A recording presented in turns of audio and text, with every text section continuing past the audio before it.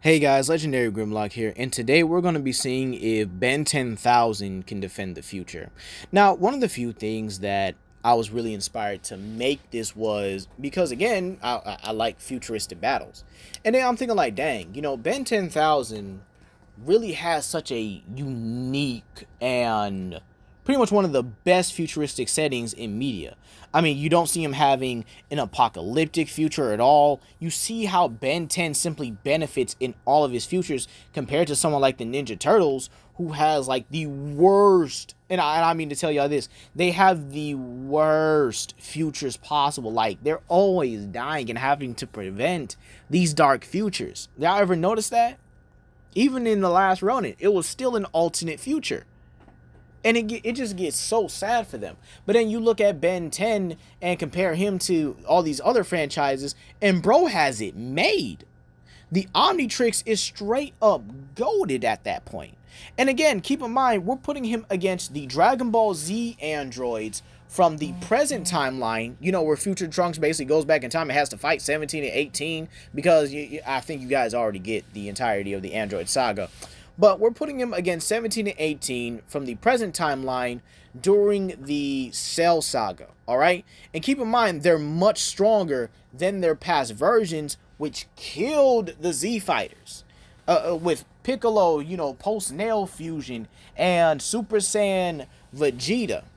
Alright, Tien and Yamcha, and Krillin, just killing them all here. And again, we see exactly how strong they are, to the point where Trunks, who had just sliced up Mecha Frieza, who should be stronger, again, he should be stronger with those mechanical opponents. He shouldn't have come back nerf. He should be a bit stronger here. And the sheer fact that, Trunks and a Super Saiyan Vegeta had just been bodied by 17 and 18 like it was absolutely nothing.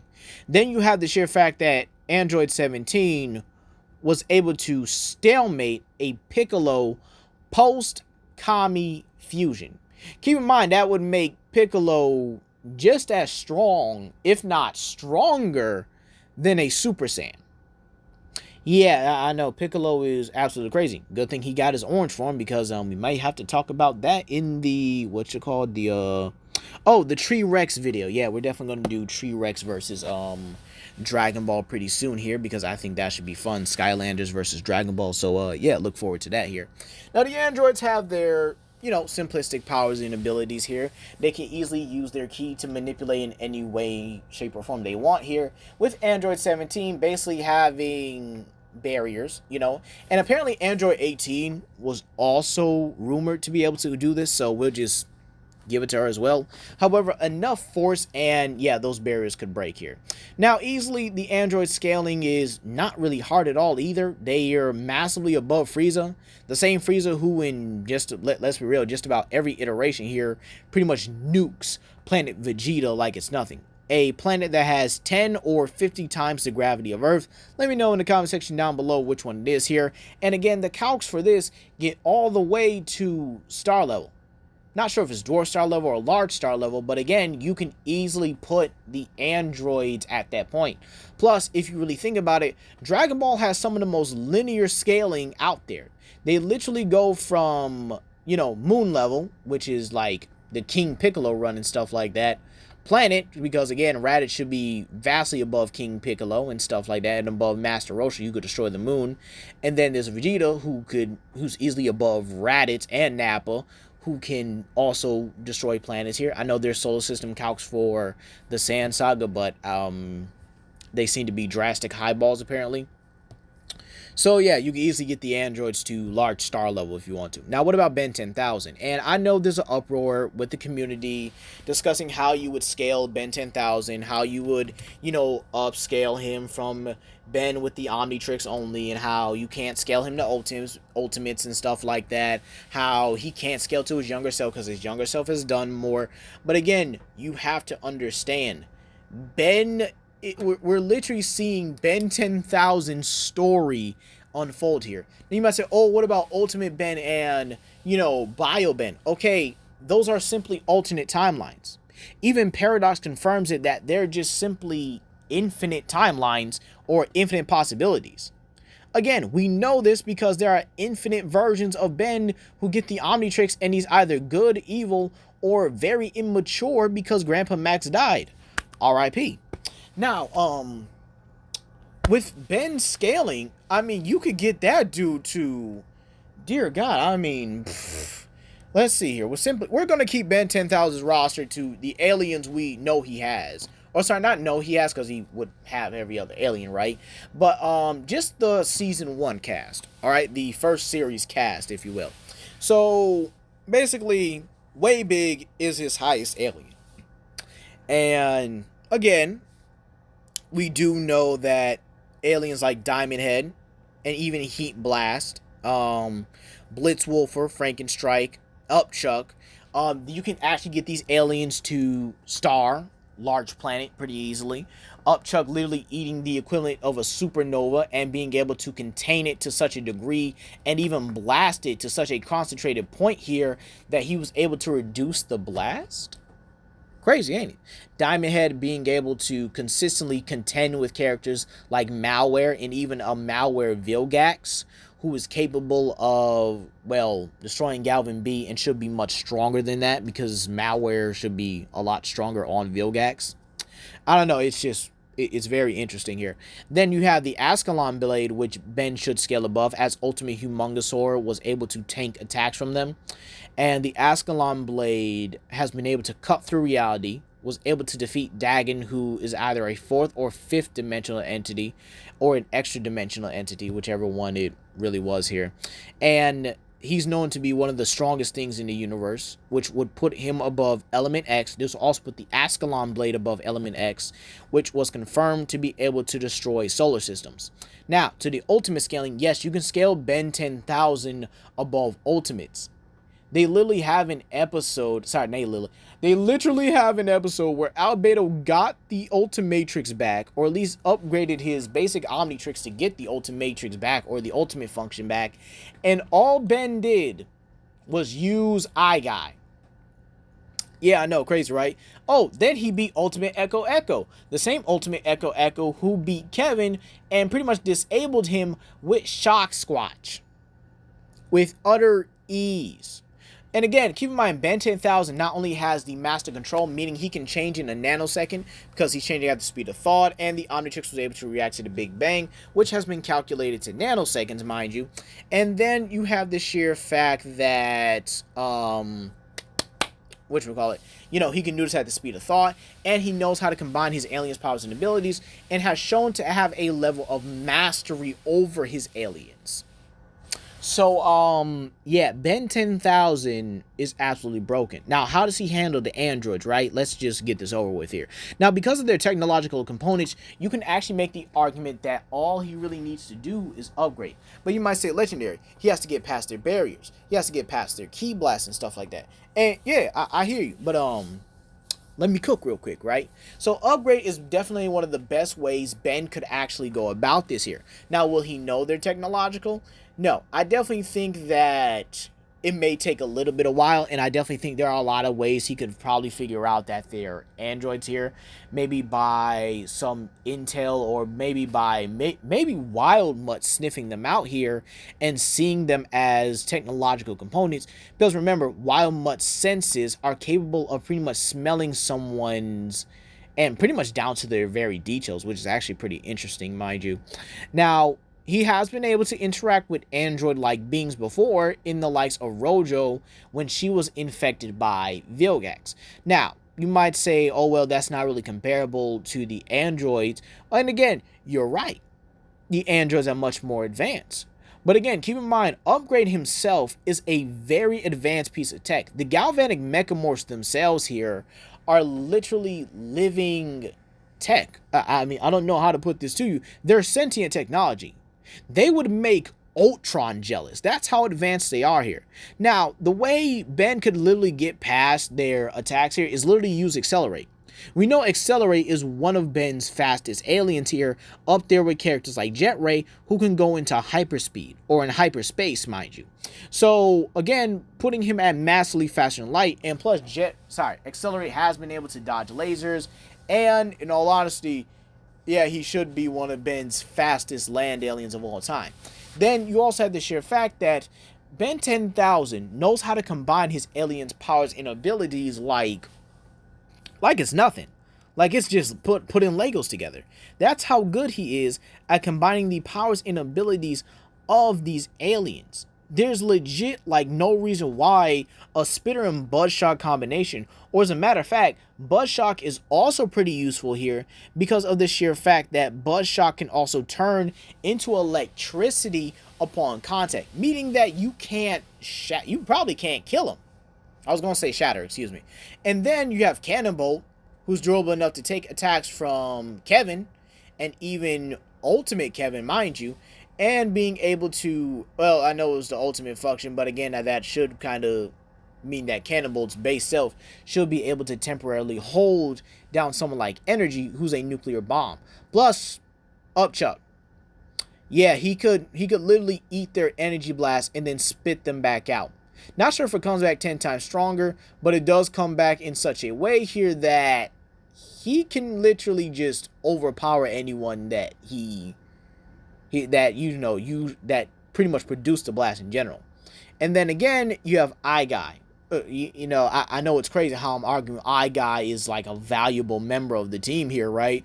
But again, each alien has their powers and abilities to overcome the androids.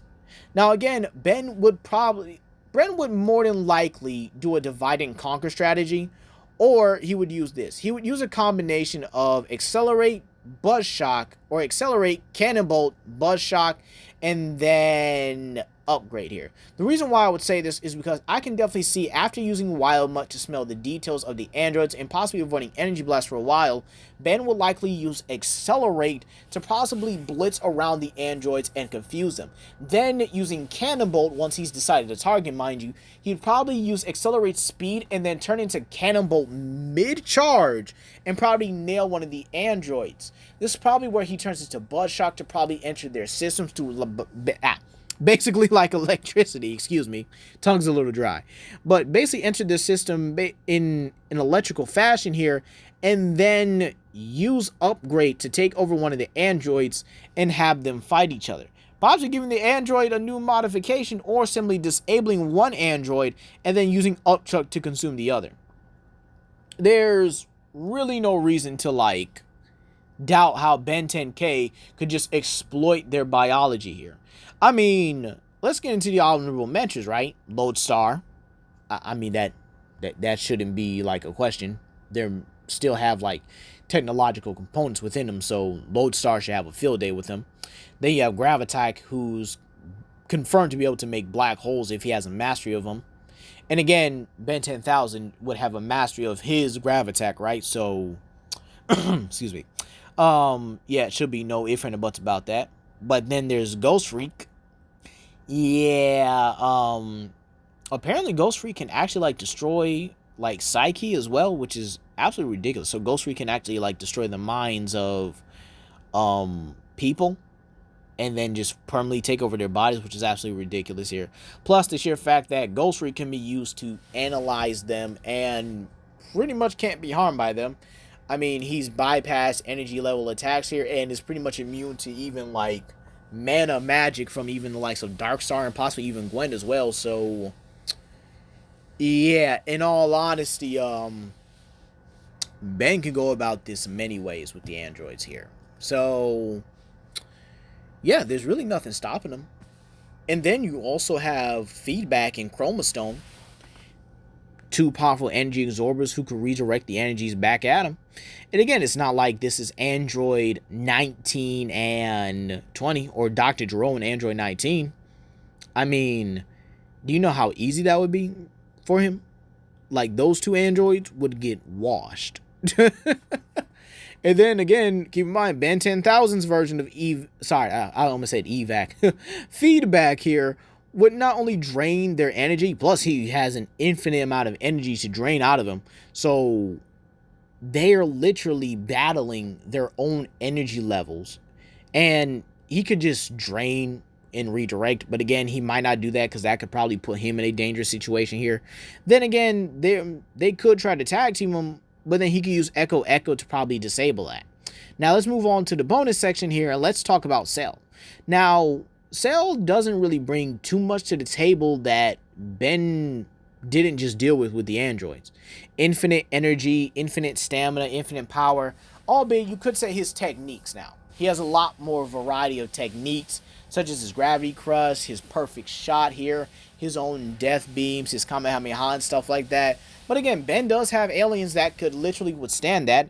I mean, he could easily use Cannon Bolt to tank it. He could use Diamond Head to tank it. And then you also have, I almost said Blitzwolfer. Snarrow, excuse me, who should also be able to tank that. Yes, Snarrow is actually remarkably durable. I am not joking. Snarrow is like absolutely ridiculous. Then you have the sheer fact that Ben might be able to slow down Cell's healing factor if he decides to freeze him with Art Iguana. Now, Art Iguana and Big Chill debates are actually some of the funnest things here because you have to argue pretty much who has like the coldest or pretty much the more dominant ice breath of the two. And I think that Art Iguana definitely is more powerful in the freezing department than Big Chill, while Big Chill is much more methodical. Meaning that, yeah, I do think Art Iguana should be able to freeze Cell here and possibly even slow down his healing factor if his freezing does go to that extent here. Because, I mean, he is able to freeze molecules to the point where he's able to create ice constructs. So, yeah, I don't think it should be hard to say here that he should be able to freeze and definitely slow down Cell's healing factor. Plus, how funny would it be if Cell, goes to launch that solar system busting Kamehameha, and then you just see Upchuck, right, simply just eat it. Like, you see him turn to Upchuck, and then he just straight up swallows that entire Kamehameha. Cell looks at him for a minute like, what the heck did just happen? And then Upchuck spits all that energy back out, just annihilating Perfect Cell here. I'm telling you, it would be some funny stuff if this battle happened here. And in all honesty, I do see Ben excuse me. I do see Ben getting it done. I see him, being able to beat Perfect Cell here. And if it does come to a beam clash, I definitely could see Way Big not only being able to keep up with Perfect Cell, because again, Way Bigs actually are capable of traveling at faster than light speed and moving at the same speed as, or at least close to the speeds of Accelerate. It's very possible they could be faster if we really think about it. Albeit, I would still give it to Accelerate, but like, again, Way Big would probably be like on his bumper when it comes to speed here. And again, I could definitely see these blasts being able to not only overpower Cell's Kamehameha, but being able to consume him and just dominate from there here. And in all honesty, it's very possible Ben just uses Diamond Head, who has been stated multiple times to be one of his best aliens. And I mean, it would be pretty interesting. I mean, the diamonds and stuff, and then maybe using Heat Blast to just straight up destroy Perfect Cell completely with maybe a contained supernova. Imagine him putting a diamond dome around them, turning it into Heat Blast, and then expelling a super powerful supernova to just annihilate Perfect Cell. There's so many ways Ben 10,000 could do this, but does he actually win here? Even in this nerf state? Yeah, still wins. But hey, let me know what you guys think down below. Please comment, like, and subscribe, and share with your friends. This is Legendary Grimlock, and I hope you guys have a blessed day. Plus, I did watch Godzilla X Kong: The New Empire, so yeah, prepare to see some Shimo content. Peace.